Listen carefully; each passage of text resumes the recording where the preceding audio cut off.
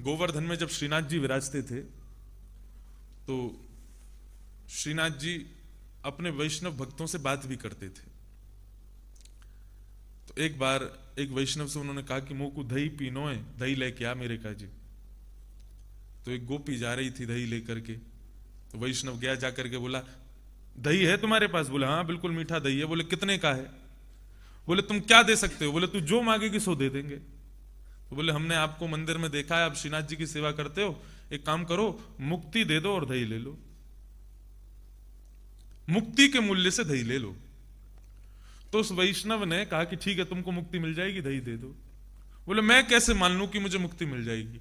तो उस वैष्णव ने एक कागज पर लिख दिया दही के बदले मुक्ति दी, और कागज दे दिया। बोले ये लो मुक्ति मिल जाएगी, दही दे दो। और उस गोपिका ने वो कागज की पुड़िया बांध के अपने जेब में रख ली और दही को वो वैष्णव श्रीनाथ जी के भोग के लिए ले गया। अब मंदिर में जब कोई सामग्री आती है तो पूरा बिल दिखाया जाता है गोसाई जी को कि भाई क्या क्या आया, कितने का आया। तो उसमें लिखा था टमाटर इतने के आए, सब्जी इतने की आई, ये इतने का आया, आटा इतने का आया, नीचे लिखा दही आया मुक्ति का। बोले ये क्या लेके आए? बोले दही लेके आए। बोले किसकी? बोले मुक्ति दे के लेके आए। और वहां वो कन्या अपने घर गई तो अपनी सहेली से कहने लगी अरे सखी सुन तो, मुझको तो मुक्ति मिल गई। बोले कैसे मिल गई? बोले दही बेच के आई हूं मुक्ति के बदले। बोले ऐसे कोई मुक्ति मिले करे? बोले देख मेरे पास लिखा हुआ है दही लेकर के मुक्ति दी। बोले ये तो कोई ना तो को पागल बना दियो, या तो मुक्ति ना मिले करे। अब तो वो इतनी बेचैन हो गई, वो उसको तो दृढ़ विश्वास की नहीं, वैष्णव ने कहा है मुक्ति मिलेगी तो मुक्ति मिलेगी। तत्क्षण ही उसके प्राण निकल गए। वो एक विमान उसके लिए आया, विमान में बैठ करके जाने लगी तो विमान के चालकों से बोली रुको रुको रुको, मेरी सहेली को विश्वास नहीं हो रहा था कि मुझे मुक्ति मिलेगी, तो जरा उसको मैं बता दूं। तो विमान से चिल्ला करके कहती है कि देख विमान आया है, विष्णुदूत लेने आए हैं, मैं जा रही हूं। और मुक्ति लेकर के उसको चले गए। लेकिन गोसाई जी ने जब वो देखा दही ली, किसकी? बोले मुक्ति की। तब उन्होंने कहा तुमने मुक्ति क्यों दी? मुक्ति की जगह भक्ति देते। अरे ठाकुर जी तो यहां गोवर्धन में विराजमान है, वो वैकुंठ जाकर के राक्षसों के बीच में ही बैठेगी। जिन राक्षसों को मुक्ति मिल गई उन्हीं के बीच में बैठेगी। मुक्ति से तो यह फायदा होगा, भक्ति देते तो यहां श्रीनाथ जी से अंगीकार हो जाती, जीते जी गिरिराज जी के साथ में लीला करती। तो वैष्णव ने कहा उसने मांगी ही मुक्ति थी, भक्ति मांगती तो भक्ति दे देता। तो मुक्ति और भक्ति में यही अंतर है। मुक्ति मतलब मृत्यु के बाद भगवत प्राप्ति, और भक्ति का मतलब जीते जी भगवत प्राप्ति। हमें मुक्ति की इच्छा नहीं है, हमें भक्ति की इच्छा है। इस प्रकार समझाया उन्होंने सुखदेव जी को कि आप मुक्ति मत मांगो, भक्ति मांगो। तब अनेक उपाय बताए। अंत तो गत्वा श्री शुकाचार्य जी के भाव सुनकर के परीक्षित के मन में आया कि मुझे अब भक्ति ही चाहिए। तब श्री सुखदेव जी महाराज ने कथा कहना प्रारंभ किया।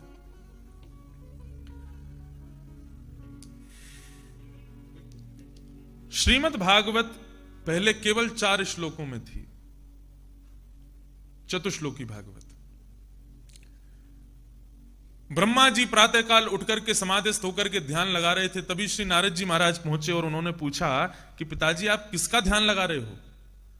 तब ब्रह्मा ने कहा कि मैं नारायण का ध्यान लगा रहा हूं। नारद जी बोले आपसे भी बड़ा कोई है? बोले हाँ मैं तो कर्मचारी हूं, मुझसे बड़े तो नारायण हैं। तब अपने पुत्र नारद को ब्रह्मा जी ने चतुश्लोकी भागवत प्रदान की और इस शर्त पर दी कि तुम इसका विस्तारीकरण करोगे। नारद जी महाराज उसी चतुश्लोकी भागवत को लेकर के वेदव्यास जी के पास आए और वेदव्यास जी महाराज ने वही चतुश्लोकी भागवत 18,000 मंत्रों में परिणित कर दी। प्रश्न किया गया आगे, तृतीय स्कंद प्रारंभ हुआ। तृतीय स्कंद में 2 भक्तों के मिलन की कथा बताई गई है। 2 भक्तों के मिलन की कथा। एक कौन है? एक है उद्धव और दूसरे हैं श्री विदुर जी। उद्धव और विदुर दोनों का मिलना हुआ वृंदावन के तट पर। श्री विदुर जी महाराज ये कौरवों के सेनापति हैं, श्री उद्धव जी महाराज ये वृष्णियों के, यदुवंशियों के सेनापति। दोनों का मिलना हुआ। श्री उद्धव जी महाराज ने विदुर जी से पूछा कुरुवंश में सब ठीक तो है ना? बोले क्या ठीक है, हम तो वहां छोड़ करके आ गए सब कुछ। बोले ऐसा क्या हुआ था? भगवान शांति संदेश लेकर के, शांति दूत बनकर के हस्तिनापुर गए थे, और भगवान जाकर के दुर्योधन से कहने लगे, दुर्योधन 5 पांडवों को केवल 5 गांव दे दो, और कुछ देने की आवश्यकता नहीं है। ये महाभारत का युद्ध मत करो, अनेकों बालक अनाथ हो जाएंगे, अनेकों माताएं विधवा हो जाएंगी, अच्छा नहीं है। दुर्योधन ने कह दिया, सुच्चग्रैव न दास्यामि बिना युद्धेन केशव, सुई के नोक के बराबर जमीन भी बिना युद्ध के नहीं दूंगा। आप शांति दूत बनकर के आए हैं, अच्छा लगा हमें, आइए प्रसाद पाइए, लेकिन हम आपकी बात को स्वीकार नहीं कर पाएंगे। भगवान बोले, भोजन 2 स्थिति में करते हैं, या तो भूख लगी हो या खिलाने वाले में बहुत प्रेम हो। हमें भूख तो है नहीं और तुम में प्रेम भी नहीं है, प्रेम होता तो हमारी बात मानते। और आज हमारा भोजन तो विदुर काका के यहां है, विदुर जी वहीं बैठे थे, वो बोले मैंने कब बुलाया इनको, तुरंत भागे। तभी ठाकुर जी उनके यहां आए, और वो सब कथा प्रसिद्ध है, ठाकुर जी ने उनके यहां छिलके खाए। सबसे ऊंची प्रेम सनाई, प्रेम के वश अर्जुन रथ हांक्यो, भूल गए ठकुराई। सबसे ऊंची प्रेम सगाई, प्रेम ही ठाकुर जी को प्रिया है। केशव केवल प्रेम प्यारा, उनको केवल प्रेम प्रिय है। श्री विदुर जी महाराज के यहां आए, विदुर जी को दर्शन दिया, विदुरानी को दर्शन दिया, ठाकुर जी वहां से प्रस्थान कर गए। विदुर जी को यह बात अच्छी नहीं लगी कि दुर्योधन ने भगवान की बात को माना नहीं। वे गए और जाकर के धृतराष्ट्र से कहने लगे, बोले तुमने घर में आस्तीन का सांप पाल रखा है, एक दिन पूरे कुरुवंश को नष्ट कर देगा। किसी ने जाकर के दुर्योधन से कह दिया, बोले विदुर काका आपको सांप बोल रहे हैं। दुर्योधन आया, आकर के कहने लगा, दासी पुत्र हमारे अन्न पर पलता है और हमको ही गालियां देता है, निकल जाए यहां से बाहर। विदुर बोले तुम क्या निकालोगे, मैं खुद ही जा रहा हूं। तुरंत धनुष बाण द्वार पर रख करके और विदुर जी चले गए। जिस दिन विदुर ने कौरवों का साथ छोड़ा, उसी दिन काल ने कौरवों का साथ पकड़ लिया। एक वैष्णव का साथ यदि है, एक वैष्णव हमारे साथ है, तो काल भी हमारा कुछ नहीं बिगाड़ता। रावण भी तब तक जीवित था जब तक एक वैष्णव विभीषण उनके साथ था, और ये कुरुवंश भी तब तक आनंद कर रहे थे जब तक एक वैष्णव विदुर साथ था। एक वैष्णव व्यक्ति घर का परित्याग कर देता है, सारी विपरीत परिस्थितियां तुरंत प्रारंभ हो जाती। विदुर जी और विदुरानी दोनों तीर्थ यात्रा करते करते वृंदावन पहुंचे। तब वृंदावन में यमुना के पुलिन पर उनको श्री उद्धव जी मिले। उद्धव जी को देख करके विदुर जी इतने खुश हो गए, बोले अरे भैया उद्धव, द्वारिका में सब ठीक तो है ना, मेरे द्वारिकाधीश कृष्ण कैसे हैं? तब उद्धव ने बताया, बोले कि कृष्ण रूपी सूर्य तो अस्त हो गए, वे अपनी लीला पूरी करके चले गए हैं।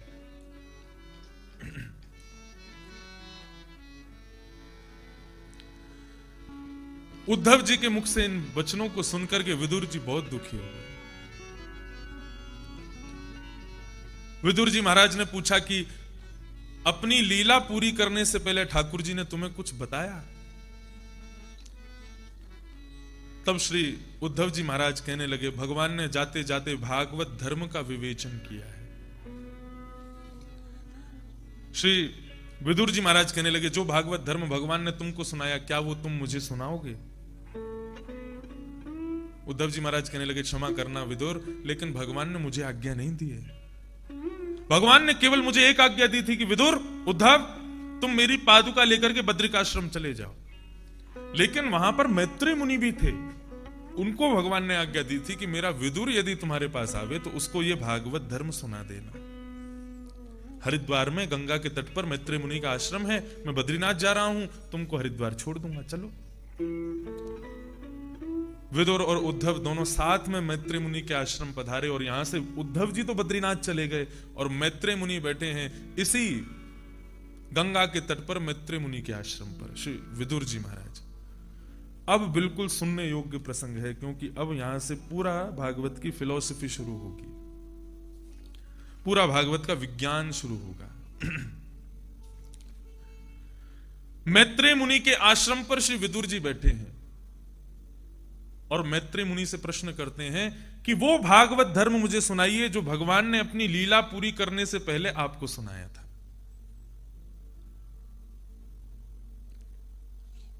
मैत्रेय मुनि ने कहा तुम कोई प्रश्न करो, उस प्रश्न से ही ये संवाद प्रारंभ होगा। तो यहां पर मैत्रेय मुनि से विदुर जी ने प्रश्न किया। ये प्रश्न सुनना क्या है कि सुखाय कर्माणि करोति लोको न ते सुखम वान्यदुपारमं वा विन्देत भूयस्तद एव दुःखम्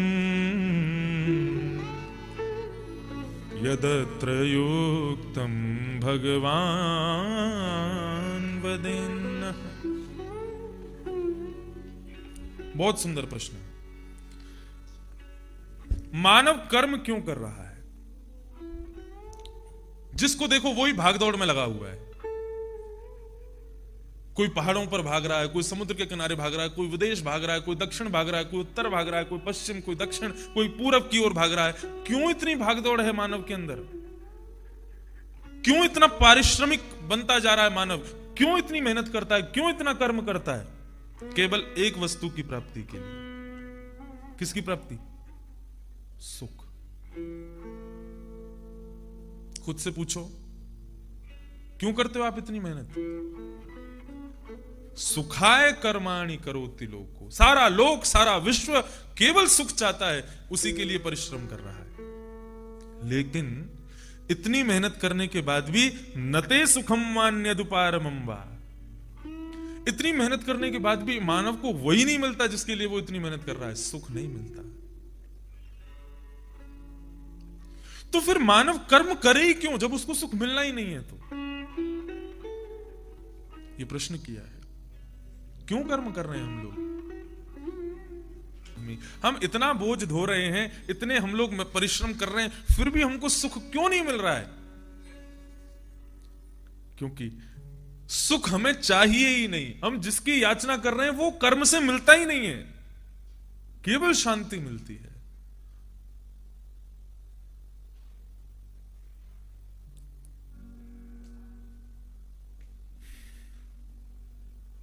वो कहते हैं ना, एक मुहावरा जैसा है ना, बोया बीज बबूल का, आम कहां से हुए हैं?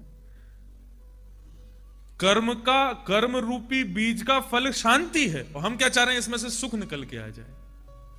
तो गलती तो हमारी शुरुआत से ही हो रही है। सुख हमें चाहिए ही नहीं, हमें शांति चाहिए। दूसरा प्रश्न मैत्रेय मुनि ने किया कि भगवान ने पूरी दुनिया बनाई। बोले हाँ बनाई। तो फिर एक जैसी क्यों नहीं बनाई? अलग अलग क्यों बनाई? सारे इंसान धनवान क्यों नहीं बना दिए? कोई निर्धन, कोई धनवान, कोई काला, कोई गोरा, कोई पतला, कोई मोटा, कोई छोटा, कोई लंबा। ये भगवान ने ऐसी अलग दुनिया क्यों बनाई? और सबके अंदर भगवान है, तो फिर ये बिल्ली वाले भगवान, बिल्ली में भी भगवान है बोले हाँ, चूहे में भी भगवान है बोले हाँ, बोले बिल्ली वाले भगवान चूहे वाले भगवान को क्यों खा जाते हैं? ये सारे प्रश्न किए। तब बोले सेयम भगवतो माया, ये भगवान की माया है। यदि भगवान सबको समान बना देते तो कर्म कोई भी नहीं करता।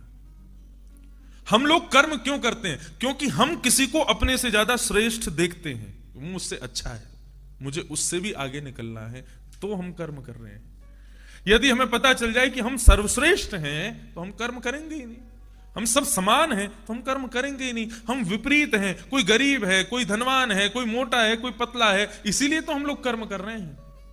इसलिए भगवान ने पूरी दुनिया अलग बनाई है। फिर प्रश्न किया, ये संसार बनाया कैसे भगवान ने, मुझे ये बताओ। तब यहां पर सृष्टि का वर्णन किया गया। पहले प्रलय सुनो, फिर सृष्टि सुनाएंगे। प्रलय कैसे होता है? मैत्रेय मुनि बता रहे हैं श्री विदुर जी महाराज को। बोले प्रलय कालीन समय जब आता है विदुर, तब एक सूर्य नहीं होता है, आकाश में 12 सूर्य होते हैं। कितने सूर्य होते हैं? अब देखो यहां 12 सूर्य नहीं होते, एक ही सूर्य 12 सूर्यों के समान तेजवान हो जाता है। हर वर्ष, हर 5 वर्षों में टेम्परेचर बढ़ता जा रहा है सूर्य का। जब प्रलयकालीन समय आएगा तो सूर्य का तेज इतना होगा जैसे कोई 12 सूर्य आकाश में हो, भागवत के अनुसार। उसका परिणाम क्या होगा? सबसे पहले तो जितनी भी बर्फीली चट्टानें हैं पूरे विश्व की, वो सब पिघल जाएंगी। पहले पिघलना शुरू होंगी और कुछ वर्ष बाद क्या होगा? ये सारा पानी उड़ना शुरू हो जाएगा। 100 वर्ष तक बारिश नहीं होगी पृथ्वी पर। ऐसे आता है प्रलय। 2012 पिक्चर वाला प्रलय नहीं आता है। कैसे आता है सुनो। 12 वर्ष तक बारिश नहीं होगी, 12 वर्ष तक सूर्य उदयमान रहेंगे। रात्रि में जब चंद्रमा उदित हुआ करेगा तब लोगों को थोड़ी राहत मिला करेगी। प्रातःकाल होते ही प्रचंड अग्नि जैसे मानो पृथ्वी को जला रही हो, ऐसी स्थिति हो जाएगी। 100 वर्ष तक पानी के लिए लोग थक जाएंगे, पूरा समुद्र सूख जाएगा, पूरी पृथ्वी पर 1% भी जल नहीं रहेगा। मानव की ऐसी स्थिति हो जाएगी, भोजन करने को कुछ नहीं मिलेगा, एक दूसरे को खाना शुरू कर देगा। मानव मानवों को खाएगा स्वयं को जीवित रखने के लिए। घनघोर कलिकाल आ जाएगा। देखते देखते इतनी ज्यादा ग्रीष्म भर जाएगी पृथ्वी पर कि मानव घर से बाहर निकलते ही जल जाएगा, मरेगा। ऐसी स्थिति मानव की हो जाएगी। पूरी पृथ्वी 100 वर्ष में ऐसी हो जाएगी जैसे गोबर का उपला देखा, कंडा, उसको जब जला देते हैं तो लाल पड़ जाता है, या कोयला, ऐसी पूरी पृथ्वी कोयले की तरह लाल लाल हो जाएगी। पृथ्वी पर एक जीव भी जीवित नहीं होगा। 100 वर्ष के बाद में सूर्य अस्ताचल को चले जाएंगे और जितना पानी उड़ करके ऊपर आकाश में बादल बना है वो सब सांवर्तक ऋतु के रूप धारण करके पृथ्वी के ऊपर आएंगे और वर्षा होनी प्रारंभ होगी। एक बूंद हाथी के सूंड के समान होगी, इतनी मोटी एक बूंद, और 100 वर्षों तक वर्षा होगी। उसका परिणाम क्या होगा? पूरी पृथ्वी जल निमग्न हो जाएगी, पृथ्वी रूपी अस्तित्व बिल्कुल बचेगा ही नहीं। तब भगवान क्या करेंगे? अपना मुख खोल करके श्वास भीतर की ओर धारण करेंगे। तीनों लोग जितने भुवन हैं सब कुछ भगवान के मुख में होकर के उधर में चले जाएंगे। ये भगवान का जब एक दिन पूरा होता है तब प्रलय आता है। अभी भगवान का एक आध सेकंड होगा, उतने में तो मेरे 5 जन्म हो जाएंगे। भगवान रात्रि में अंगड़ाई लेंगे, सब कुछ अपने गर्भ में समाहित करके फिर शेष शैया पर पौड़ जाएंगे, सो जाएंगे। उसके बाद सबका प्रलय हो जाएगा, लेकिन अक्षरों का प्रलय कभी नहीं होगा। शब्द का, जो हम बोलते हैं, इसका प्रलय नहीं होता। ये सब शब्द सोचते हैं कि भगवान को सोते सोते बहुत दिन हो गए, अब भगवान को उठाना चाहिए। तब वेद भगवान की स्तुति गाते हैं। जय जय जय जाम जित दोष ग्रभीत गुणा त्वमसि यदात्मना समवरुध्य समस्त भगत अग जगदौक श्याम किल सत्य बबोध्य कते।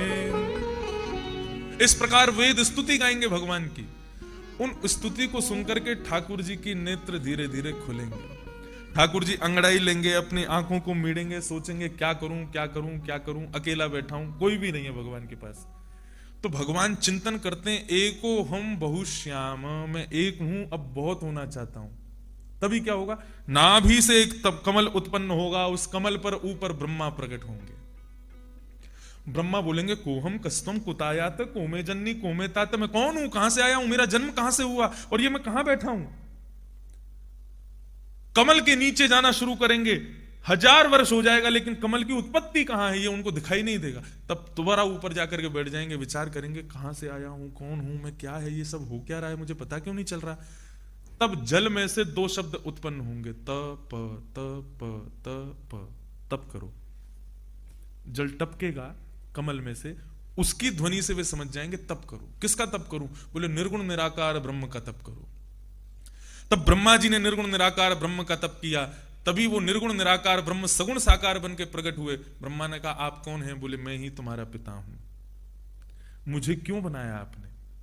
बोले पृथ्वी बनाओ, इंसान बनाओ, मानव बनाओ, जीव बनाओ। बोले कैसे जीव बनाने? बोले ऐसा जीव बनाओ जो कर्म भी करे और मेरा भजन भी करे। तुम्हें समस्त वेद वेदांतों का ज्ञान हो जाएगा, जाओ शुरू करो। तब उन्होंने पृथ्वी की पुनः रचना की। अब सुनो पृथ्वी कैसे बनी। हम कोई बानरों के वंशज नहीं है। पृथ्वी बनाई। पृथ्वी में सबसे पहले क्या बनाया?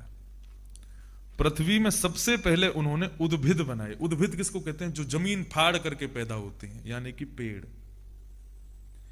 इनको बनाया। ब्रह्मा जी बोले बन तो गए, लेकिन ये कर्म तो कर रहे हैं, भजन कैसे करेंगे? तो इनके पत्ते जब झड़ जाते हैं और वो झड़ करके नीचे गंदगी बन जाते हैं, तो उससे प्रकट होने लगे स्वेदज, मतलब गंदगी से पैदा होने वाले जानवर। उनको बनाया, वे भी कर्म तो करते हैं, भजन नहीं करते। उसके बाद बनाए जरा